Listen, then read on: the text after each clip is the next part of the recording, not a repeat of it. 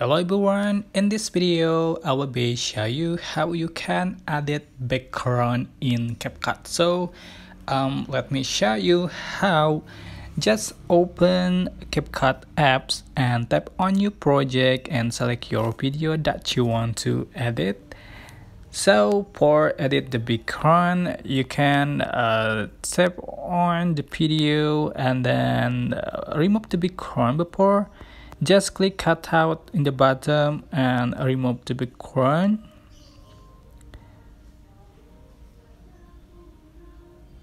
Okay, and then you can just going to select the video and then just go to canvas and background. So select this background that you want, or you can select this color or blur background. For instance, select this red color for the background. So go.